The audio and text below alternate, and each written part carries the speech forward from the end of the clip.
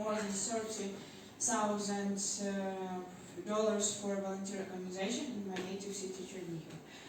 First 2 weeks in Chernihiv was a completely dangerous situation. Many people died, many houses completely destroyed, and so how I started to make my videos on TikTok. Before that I was a photographer, but I'm still a photographer, and one day when it happened, my father has an office, but his office underground. And first 2 weeks I lived in that amazing underground place, and it's just how I spent my day. And usually when someone asks me for interviews, it's my place where I give an interview. My father is genius, because in a bomb shelter on last days, like 14 days, no electricity, no internet, and my father is so addicted to coffee, and he just takes this thing. I don't know the name of this thing, but maybe men don't understand what is it, and so make it everything. And we collected bread, how you see, so yes, I just put picture of everything. Then it's a perfect example of what can make a sick person with your country. It's my city, so it's a place collected close to my house, and I remember that my friend also lived in that house. That house was on every TV station on BBC CNN, because it was the most powerful explosion and 30 people dead. So yes, and its last photo, it's hotel of the city center of Chernihiv. And I also want to remind the smallest part what happened in Ukraine during these 6 months. How you see, I think this is the most popular photo. On 19th March, the Russian Air Forces bombed maternity hospital in Mariupol. Then subway is the best place to survive in Kharkiv and Kiev.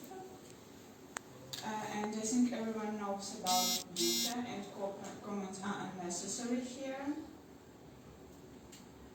And it's a person who protected my country, Ukraine. His leg was amputated, but despite this, how you see he smiles. People drink water from puddles in Mykolaiv, and also not only in Mykolaiv, in Mariupol, and so many cities do this.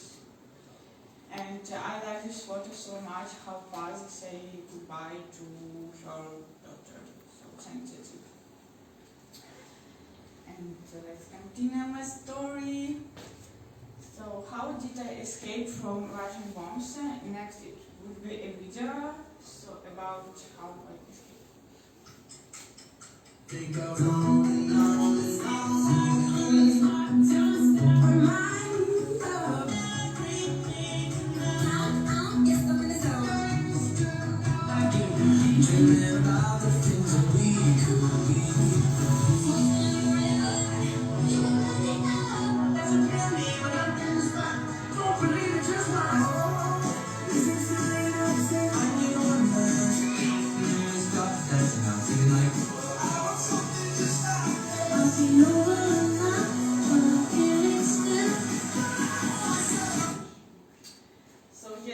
it was the most, I don't know, when I remember this moment when I escaped, every time I spent more than 24 hours to go to Warsaw from my native city Chernihiv. From Chernihiv I go to Kiev for 7 hours, but like before the war it was 2 hours. We did this way because Russian soldiers was in my city, and we decided to go by forest, villages, and I spent 7 hours, and from Kiev to Lviv it was 12 hours. From Lviv to Przemysl it was also so long, and from Przemysl to Warsaw. And I remember when every time I closed my eyes and said to me like, I'm sleeping, it's not with me, what happened with my life? Like I completely didn't understand what happened. And it's my favorite photo. So after Warsaw, I go to Milan, because one Italian family decided to host me, and I live with them for 4 months, and all my life, honestly, I dreamed that one day I want to go to Europe, have an education in Europe, live in Europe, like everything I want to do in Europe. But honestly, I very romanticized this country, because when you are a refugee in another country, especially in Italy, you need to know language, you need to rent apartment. Nobody wanna rent apartment to you because you're a refugee, because you're an age of student, and blah blah blah. So every day it was like so it was so mentally hard for me, especially when I was alone. And then. So during this my way, I post everything about my life on TikTok and Instagram, and I remember day that one publisher from Austria write to me that you need to write a book, you are so interesting, your life is so interesting. I was like, you're strange, what interesting. And then, so, maybe for 1 or 2 months, on next week when he called to me, we met, and I understand that maybe he is a nice person and we can cooperate. So, and he asked me many questions about my life, like step by step. He checked all my social medias, like 2015 year, what happened with me 6 months ago, 7 years ago, and and it happened in real life. I have a book in German, English, and on September 13th it will be in Italian language. So I'm so happy, and if you're really interested in my book, you can buy it on Amazon or in Valeria shop in Austria or Germany. In Germany. So yeah.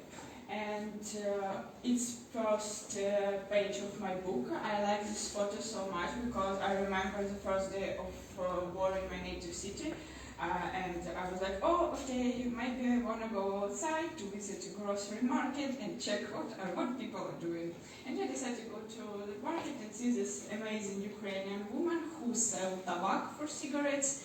And I also like on the high, you can see свежий хліб, it means fresh bread, and bread is like very so important for Ukraine, and like women's photo have some meaning. And of course, part of the money from the purchase of my book goes to a charity organization in my hometown. So also, it's so necessary to say thanks to people who are from Germany and Poland, because really I was so impressed how simple people can have so much power to. So I was really impressed how much power have simple people if they're joined together. Like these two pictures, it was Poland, and I was so shy to ask, I don't know, water, tea, because I didn't eat during this way, and Polish people helped to me a lot, and not only to me, but another people who have, I don't know, daughter, also many people with disabilities. So I was really, I was surprised. And then it's second. My trip, it was to Berlin, and in Berlin bus station, and how you see food for children, and so a lot of humanitarian help. And Slava Ukraini!